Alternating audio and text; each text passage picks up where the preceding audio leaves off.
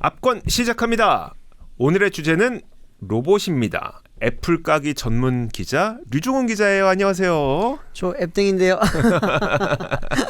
자, 지금 보니까 애플이 전기차를 포기하고 결국은 로봇 한다면서요? 네, 얼마 전에 이제 보도가 나왔죠. 이제 홈 로봇을 만들겠다. 네. 그것도 움직이면서 다닐 수 있는 그런 로봇을 만들겠다고 했는데, 이번 보도가 나오면서 제일 눈길을 끌었던 거는 사실 기존의 전기차를 만들겠다고 있었던 타이탄 프로젝트에 있던 사람들이 이 로봇 프로젝트, 지금은 스컹크웍스라고 알려져 있긴 하거든요. 네.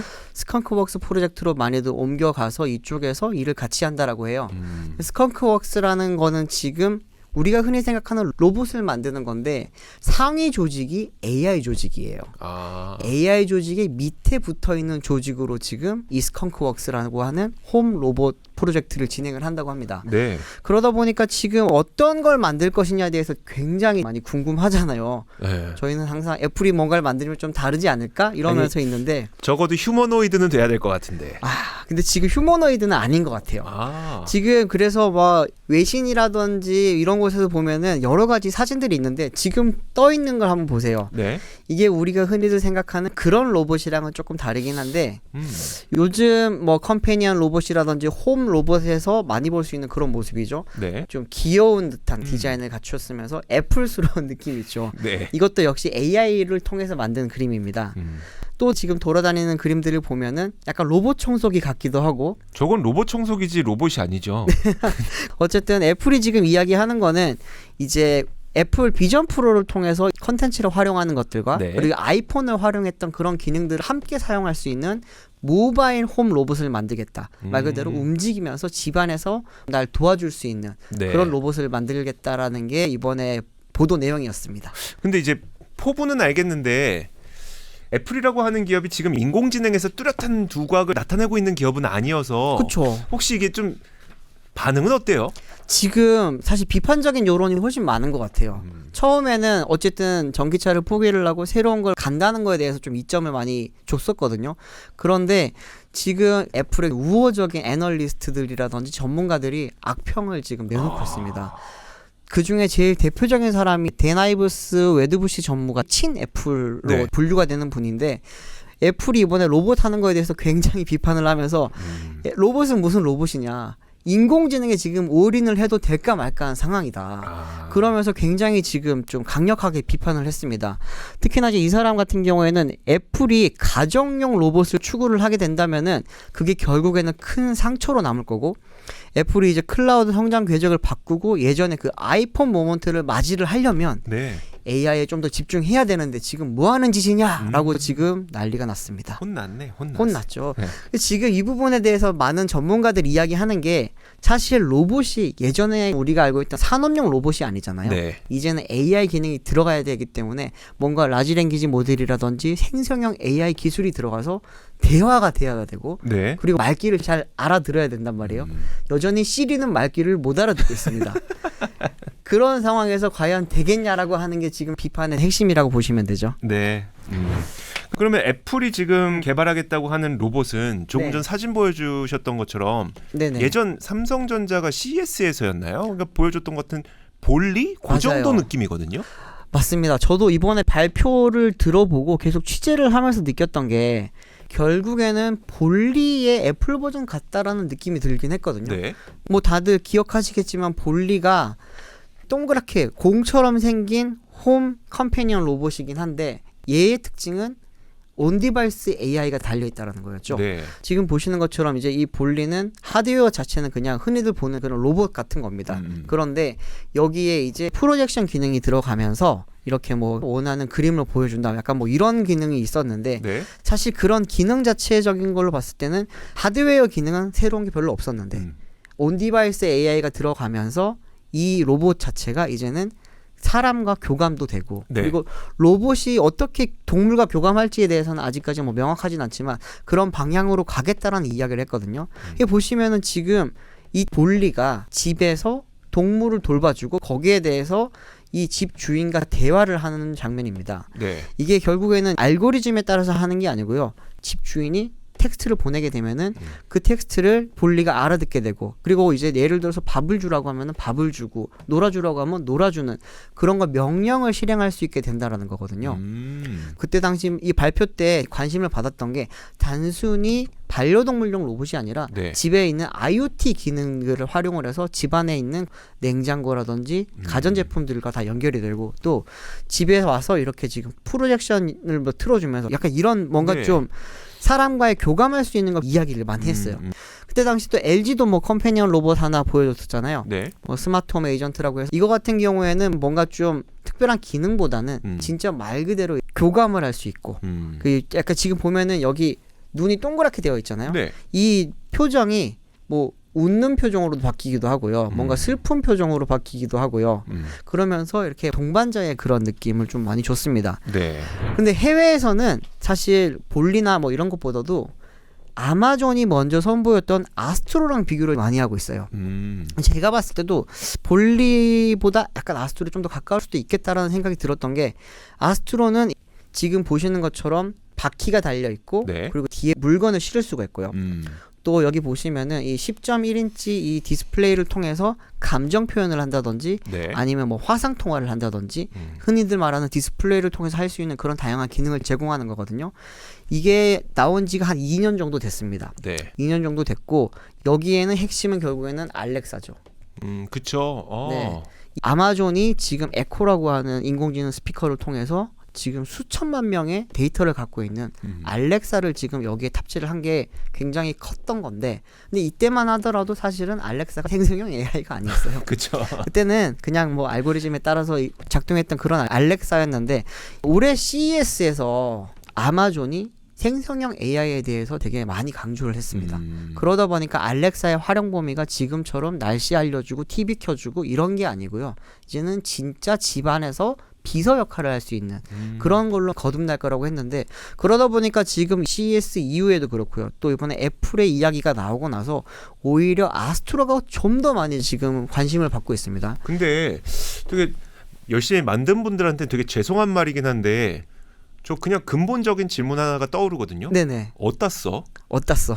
이게 사실 저희 집에서 식기세척기 네. 되게 유용하게 잘 쓰고 있고, 그렇죠. 로봇 청소기 정말 유용하게 잘 쓰고 있고, 그러니까 어떤 새로운 제품은 유용함이 있어야 되는데 저게 뭐가 유용할까에 대한 생각이 들어요. 아직까지 뭔가 핵심적인 그런 기능을 한다든지 그런 게 아직 잘 보이진 않거든요. 보면은 아마존에서도 강조를 하는 게, 이제는 알렉사가 예전의 알렉사가 아니기 때문에 뭔가 다른 기능을 부여하지 않을까라고 하는 그런 기대감이 있고요. 또 이제 아마존에서도 이조 기자랑 똑같은 고민을 했을 거예요. 네. 도대체 이거 어디다 써먹지? 비싼데. 네. 그러면서 생각을 했던 게 B2B 시장을 뚫으려고 했습니다. B2B 시장에서 지금 로봇이 가장 많이 활용되는 분야는 뭐 당연히 산업용 로봇이 있지만, 네. 이렇게 움직이면서 카메라도 달려있고 레이더도 달려있는 거는 대부분 순찰용 로봇으로 많이 씁니다. 그러다 보니까 아마존이 좀 더 비싸게 네. 2,350불 정도의 돈을 내면은 공장 아니면 물류센터 네. 이런 곳에서 보안 역할을 할 수 있는 페트롤 역할을 하는 그런 네. 지금 로봇을 이번에 내놨거든요. 이거 같은 경우에는 아스트로 뭐 시큐리티라고 해서 조금 더 비싼데 네. 기능을 조금 더 강화를 했어요. 그런데 저 이거 보면서 느꼈던 게, 얘가 바퀴가 달려 있고 네. 돌아다니다 보니까 뭐 계단을 올라간다든지 아니면은 뭐 조금만 울퉁불퉁한 길이 있어도 움직이지 못할 것 같거든요. 네. 이거는 얘가 더 잘합니다. 보스턴 이름이 다이나믹스의 스팟이죠.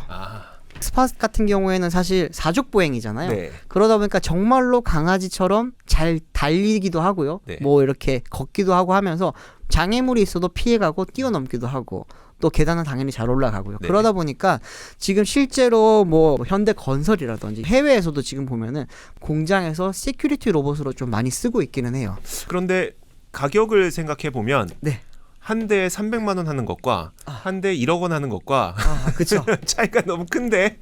그렇죠. 맞습니다. 이게 아스트로가 싸긴 싸요. 사실 네. 아까 가정용 로봇으로 봤을 땐 좀 비싸다는 느낌이 있긴 했는데, 이게 어쩌면은 스팟이랑 비교를 하면 네. 스팟을 예를 들어서 공장에 한 대를 놔두고 돌리면은 1억인데 그 돈이면은 아스트로는 한 30대 돌릴 수 있으니까. 그렇죠. 네. 그런 면에서 뭐 가성비 측면에서는 좀 괜찮은 것 같은데 과연 실제로 어떻게 사용이 될지 그 부분도 조금 궁금하긴 합니다. 그럼 기업들 입장에서도 이게 가정용으로 사용할 만한 마땅한 용처를 찾지 못하니 네. 일단은 산업용으로 먼저 투입해 보려고 하는 시도가 있는 것 같네요. 네. 그럼 이제 가정에서는 어쨌든 우리가 로봇이라는 거를 사용할 때 네.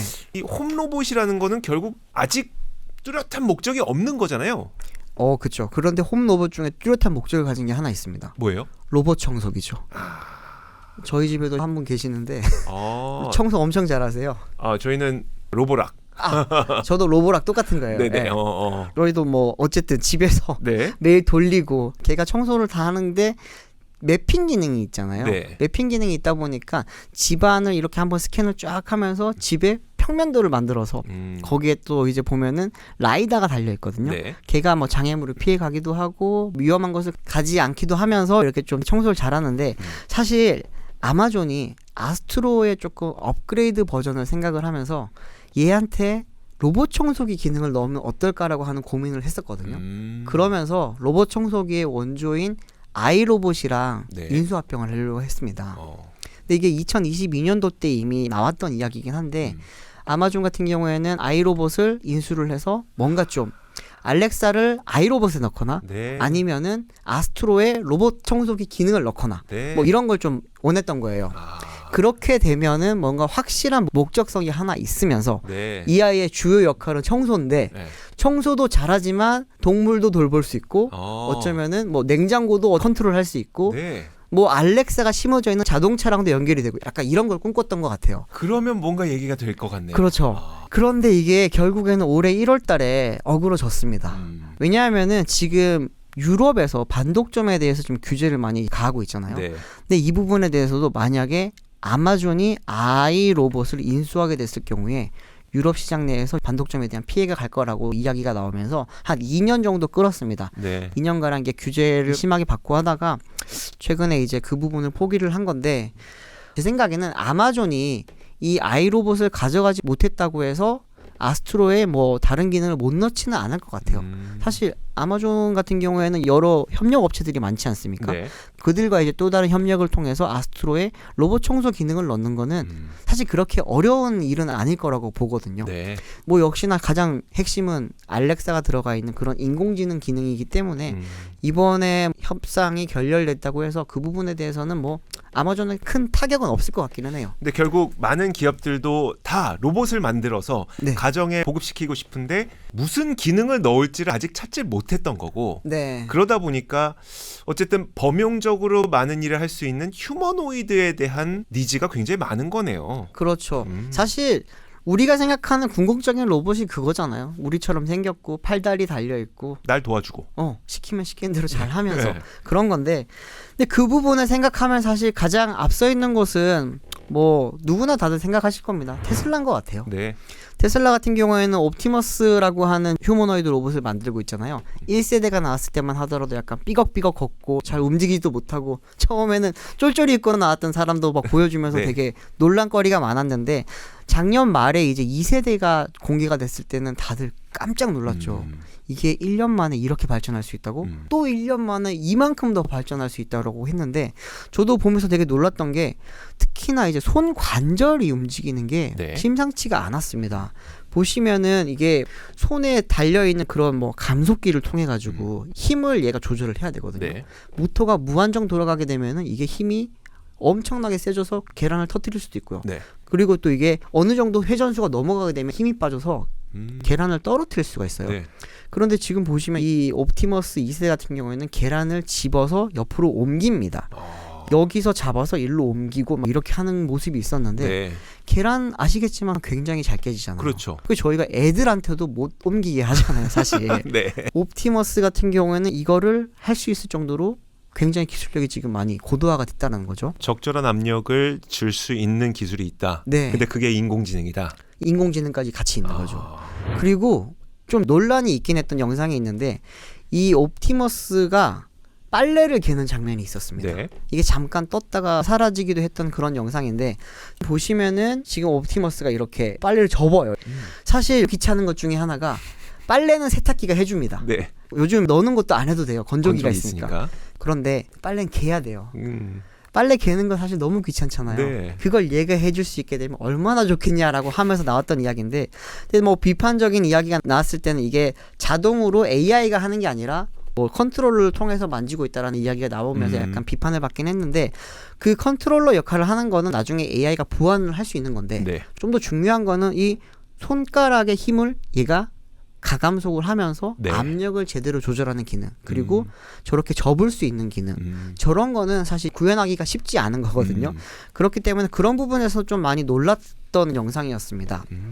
근데 최근에 더 한 번 놀라게 했던 로봇이 있어요. 네. 이게 피규어 AI라고 하는 기업이 있거든요. 여기 같은 경우에는 지금 우리가 알고 있는 대기업들, 마이크로소프트, 뭐 오픈 AI, 엔비디아, 아마존, 인텔, 모든 업체들한테 지금 투자를 다 받은 회사예요.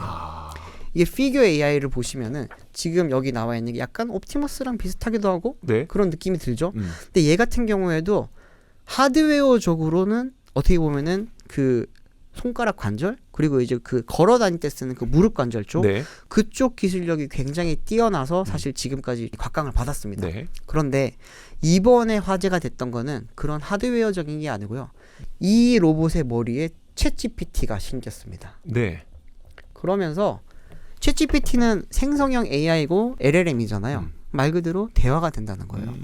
지금 여기 나와 있는 이 남자 이분이 이 로봇한테 나에게 먹을 걸 좀 줄 수 있니? 뭐 이렇게 말을 했더니 지금 책상 위에 있는 것 중에 먹을 수 있는 건 사과밖에 없습니다고 하면서 건네주고 사과를 달라고 한 게 아니에요. 네. 또 다양한 질문을 던지는데 지금 눈앞에 보이는 이런 사물에 대한 이야기들, 네. 그리고 이제 자연스러운 대화가 되면서 진짜 어떻게 보면은 가정부랑 같이 대화를 한다라는 느낌일까? 아니면 바텐더와 같이 대화를 하는 그런 느낌도 들었고요. 네. 단순히 하드웨어적인 그런 놀라움을 넘어서 이제는 소프트웨어, 쉽게 말하면은 두뇌의 역할을 하는 그런 AI가 이제는 엄청난 그런 하드웨어 기능을 가진 로봇에도 심기게 되면서 우리가 꿈꿔왔던 휴머노이드가 이제는 한 발 좀 다가오는 게 아닌가라고 하는 이야기들이 많이 나오고 있습니다. 글로벌로 이런 기업들이 굉장히 각광받았던 거는 저도 이제 뉴스를 통해서 많이 봤는데 네네. 우리나라는 지금 어떤 상태일까요? 우리나라 기업들은 사실 조금 아직까지 이 정도로 대단한 기술을 보이고 있는 곳은 많지는 않아요. 뭐 삼성전자가 투자한 뭐 레인보우 로보틱스라든지 네. 두산 로보틱스라든지 이런 곳들을 보면은 여전히 그 우리가 알고 있었던 산업용 로봇을 조금 발전시켜서 춤을 춘다든지 이 정도는 할 수가 있는데 아직까지는 AI가 접목돼서 뭔가 좀 보여주는 게 없습니다. 그런데 한국 기업은 아닌데 한국인 로봇 공학자 중에 굉장히 유명하신 분이 있잖아요. 데니스 송 박사님. UCLA의 로멜로라고 하는 지금 연구소를 운영하고 계신데 그분 같은 경우에는 아르테미스라고 하는 휴머노이드 로봇을 개발을 하고 있거든요. 네. 이 로봇 같은 경우에도 보면은 최근에 이제 테슬라나 피규어 AI 같은 그런 기업들이 많이 쓰고 있는 전기식 로봇입니다. 이 로봇이 언제 어떻게 나올지는 아직까지는 발표되진 않았는데 움직임이라든지 이런 걸 보면은 글로벌에서 유명한 다른 휴머노이드 로봇들과 비교를 해보더라도 전혀 뒤처지지 않기 때문에 이 부분도 굉장히 기대되고 있습니다. 네. 하드웨어적인 측면에서는 국내 기업이라고 할 수 있을지 없을지 모르겠지만 네. 보스턴 다이나믹스를 뺄 수가 없잖아요. 그렇죠. 현대차 그룹이 지금 굉장히 큰 투자를 했고 보스턴 다이나믹스에 지금 보시는 아틀라스 같은 경우에는 달리기도 하고요. 네. 점프도 하고요. 파쿠르. 네, 파크로즈 그렇죠. 지금 보시면 경사면이에요. 이런 네. 경사면을 따라 달리는 거는 사람들도 넘어지기 쉽거든요. 네. 그런데 이 아틀라스 같은 경우에는 그 힘에 대한 분배를 굉장히 잘하다 보니까 이런 곳을 잘 달릴 수도 있고 우리가 흔히 말하는 백덤블링 너무 잘하죠. 네. 이런 것도 잘하다 보니까 아무래도 이제 이 아틀라스 같은 경우에는 이제 좀 괜찮은 두뇌만 가지게 된다면은 많은 기대를 할 수 있지 않을까? 그런 이야기도 많이 나오고 있고 또 현대차 쪽에서도 지금 아직까지 공식적으로 이야기를 하고 있지는 않지만 공장에서 활용하는 방안도 지금 좀 많이 고민을 하고 있습니다. 네. 활용 방안에 대해서 과연 이 로봇이 아틀라스가 조립을 할지 아니면 뭐 순찰을 할지 어떤 걸 할지는 아직까지는 모르지만 인수를 하고 가만히 둘 수는 없잖아요. 네. 활용을 하면서 여기에 대해서 또 이제 다양한 또 BM도 만들어야 되다 보니까 조만간이지 않을까요? 좀 새로운 걸 볼 수 있을 것 같습니다. 그런데 아틀라스 보고 경비서라고 하면 조금 너무 아까울 것 같긴 한데. 그렇죠. 아틀라스는 1억이 아니에요. 엄청 비싸요. 얼마죠, 저게? 한 10억인가 그런 걸로 그러니까, 알고 있거든요. 네. 저 인재를 엿다 쓴다고. 막 이런 느낌. 네. 이제 기존의 아틀라스는 유압식으로 움직이던 휴머노이드 로봇의 결정판이었잖아요. 네. 그런데 이번에 보스턴 다이나믹스가 이제는 전동화로 전동식 액추에이터랑 모터, 감속기 이런 거를 이용을 해서 새로운 뉴 아틀라스라는 걸 또 발표를 했습니다. 네. 굉장히 엑소시스트를 연상시키는 움직임이 조금 그렇죠. 충격적이기도 했는데 진짜로 공개가 되면은 정식 론칭 때는 어떤 움직임을 보여줄지도 지금 로봇 업계에서는 굉장히 큰 관심을 모으고 있습니다. 네. 좋습니다. 그러면 이제 제일 궁금한 건 네. 중국은 어느 정도냐가 궁금하거든요. 그렇죠. 저도 중국이 진짜 무서운데 중국 같은 경우에는 지금 정부 차원에서 굉장히 로봇을 활성화시키고 있거든요. 이게 12차 5개년 계획에서 산업용 로봇을 제조업 핵심 분야로 선정을 하면서 중국 제조 2025라고 하는 지금 정부 프로젝트를 하고 있습니다. 이걸 통해서 일단은 2020년도까지 10대 로봇과 5대 핵심 부품을 이렇게 지금 개발을 시켜왔고요. 또 25년도까지 이제는 휴머노이드 로봇 그리고 산업용 로봇을 점점 확대를 하면서 어떻게 보면 기존에 갖고 있던 제조업의 영향력이 이제는 로봇으로 넘어가기 위해서 준비를 하고 있다라고 볼 수 있을 것 같아요. 특히나 이제 휴머노이드 쪽에 지금 굉장히 지원을 많이 합니다. 이제 중국에 있는 공업정보화부라는 곳이 있는데 여기서는 2025년까지 휴머노이드 로봇을 대량 생산하고 2027년도에는 세계 최고 수준을 달성하는 걸 지금 목표로 엄청나게 지금 양성을 하고 있습니다. 또 이렇게 되는 거에는 사실 백그라운드에는 AI도 있는 거죠. 네. 중국 같은 경우에는 뭐 개인정보라든지 이런 것에 대해서 사실 정부 주도로 하잖아요. 네. 그러다 보니까 AI 관련되어 있는 정보 데이터가 엄청 많습니다. 이 부분에 대해서 지금 많이 하고 있는데 사실 어쨌든 로봇은 AI도 중요하지만 하드웨어도 빼놓을 수가 없긴 하다 보니까 네. AI를 심은 로봇이 나타나기 위해서 어떤 하드웨어로 준비를 하고 있느냐. 가장 각광받고 있는 기업이 유니트리라고 하는 곳입니다.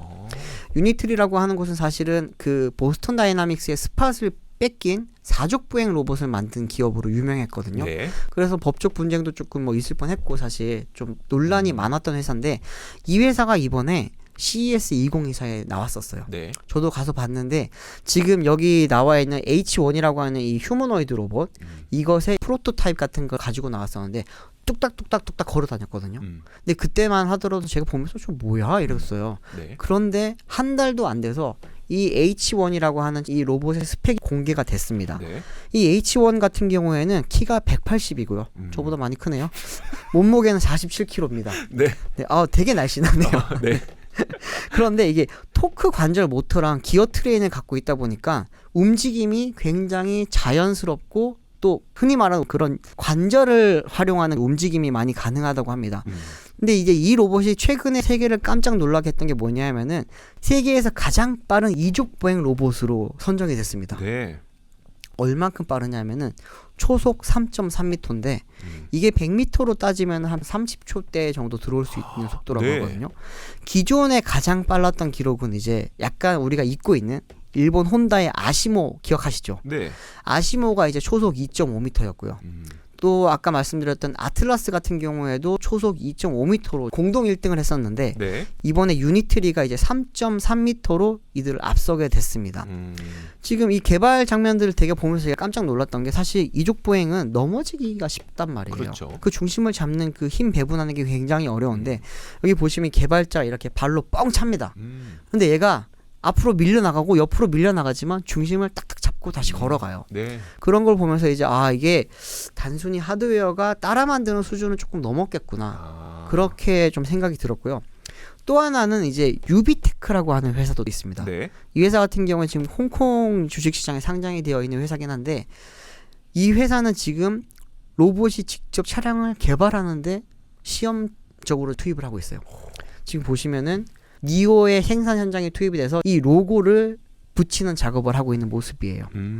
이게 보시면은 서 있어야 되고요. 네. 그리고 잡아야 되고요. 네. 그리고 이렇게 붙여야 됩니다. 네. 이 모든 거를 하려면은 이 얼굴 부분에 시각적인 센서가 있어야 되고 네. 힘을 조절하는 그런 또 감속기 역할을 하는 그렇죠. 액추에이터 기능도 좋아야 되고요. 또 서 있으려고 하면은 그런 관절 쪽에 들어가 있는 그런 이제 모터랑 감속기 기능도 좋아야 돼요. 네.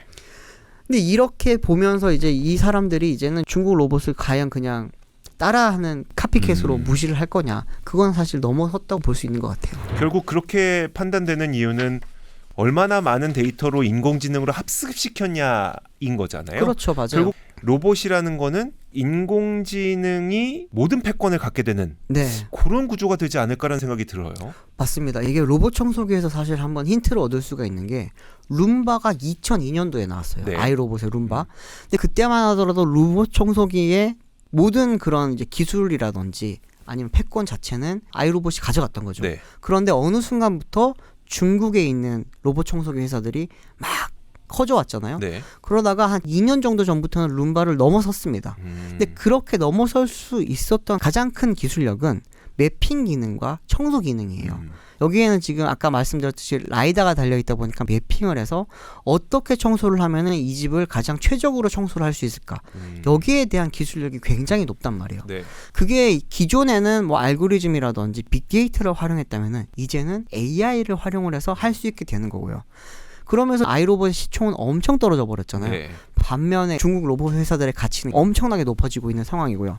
그러면은 이런 두뇌 역할을 하는 거는 결국에는 AI 칩과 인공지능 소프트웨어 기술력이잖아요. 네. 근데 AI 칩 같은 경우에는 사실 현재 엔비디아가 씹어먹고 있지 않습니까? 네. 엔비디아가 AI 쪽에서는 뭐 이제는 독보적인 위치에 온 것 같아요. 그러면서 최근에 GTC 기억하시죠? 네.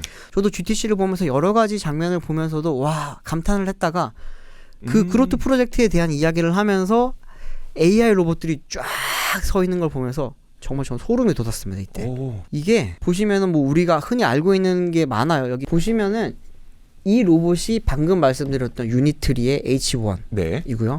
그리고 또 여기 보시면 우리가 흔히들 잘 알고 있는 아틀라스죠. 음. 뭐 여러 가지 또 로봇들이 많이 있습니다. 네. 근데 이 로봇들에 아직까지는 엔비디아의 칩이 들어가 있진 않거든요. 네. 그런데 지금 이 장면이 나타내는 거는 젠슨항은 모든 로봇에 두뇌에는 엔비디아 칩을 집어넣겠다라고 하는 그런 야심을 사실 드러낸 거였죠. 그리고 이제 이번에 이 GTC 행사에서 단순히 야심만 드러낸 게 아니라 뭔가를 보여줘야 될 거 아닙니까? 네. 그러면서 이제 그루트 프로젝트에서 같이 만들어 왔던 이제 AI 로봇인데 오렌지랑 그레이라고 하는 두 로봇이 나왔습니다. 네. 이거 같은 경우에는 뭐 디즈니 애니메이션 월리에 나온 그 로봇이랑 많이 닮았잖아요. 네. 그래서 되게 귀엽고 뭔가 좀 약간 반려 로봇 같기도 네. 하고 그런 느낌인데 아장아장 잘 걸어 나와서 젠슨항이랑 대화를 했단 말이에요. 네. 이걸 보면서 다들 놀랐던 거는 얘네가 사실 이런 로봇을 만드는 하드웨어 기술을 가지고 있지는 않지만 어디든지 접목을 시켜서 결국에는 두뇌 역할을 하는 칩 시장은 이제 엔비디아가 다 먹지 않을까. 이게 결국에는 그냥 그 젠슨항의 야심이 실제로 구현될 가능성이 굉장히 높을 것 같다라는 네. 그런 이야기가 많이 나왔죠. 그러면서 지금 오픈 AI 쪽에서도 굉장히 이 부분을 많이 좀 견제를 하고 있고 피규어 AI 쪽에 지금 투자를 많이 하면서 이렇게 계속 하드웨어 분야를 개발하려고 하고 자체 칩을 만들겠다고 하는 것도 이게 칩 패권이 뺏기게 되면은 결국에는 소프트웨어적으로 패권을 가지고 있더라도 네. 이거를 자기들이 독식을 하지 못한다는 것은 명확하잖아요.